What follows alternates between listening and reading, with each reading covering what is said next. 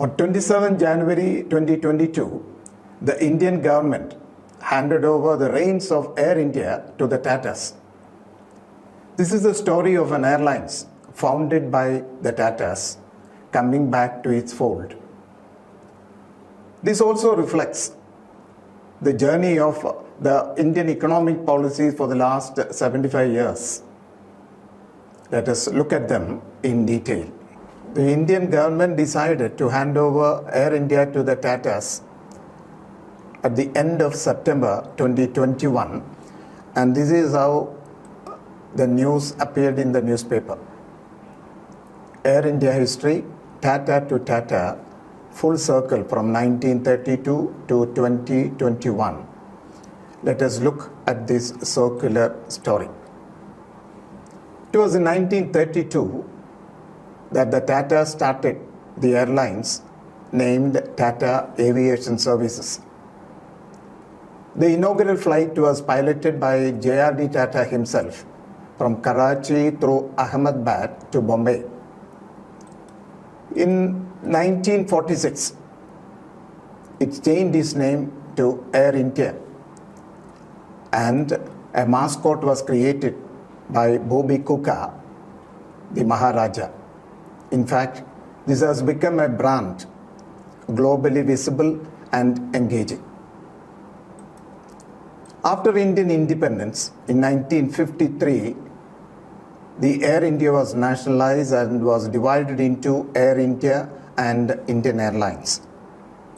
But in 2007, the two airlines were merged. Then started the downfall of these airlines. It started making losses. It went a-begging.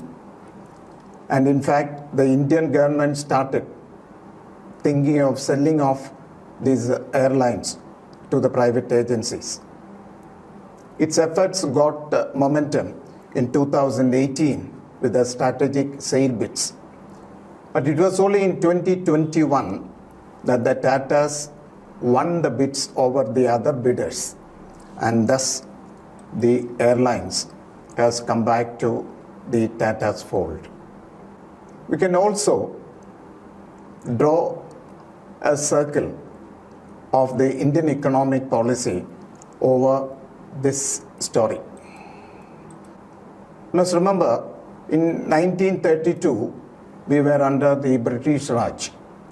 In fact, the Tatas found it difficult to start these airlines by an Indian, and they got the services of a person called Vincent. And after the independence, India was a socialist democracy which led to the nationalization of Air India, and later on we also know of the nationalization of the Indian banks. In 1991, India, in its new economic policy, introduced the three important terms: liberalization, privatization, and globalization.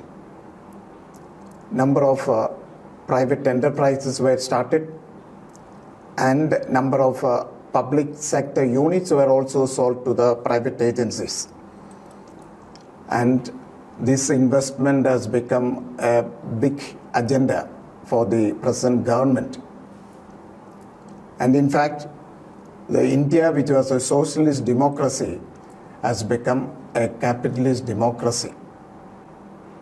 Thus, we have two circular stories: the story of Air India, and on which we can also impose the story of the Indian economic policy. After narrating these two stories, one question arises in my mind.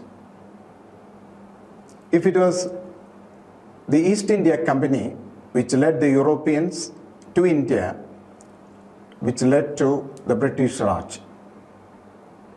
Now, after more than 400 years, are we back to one company or few companies which will be leading India?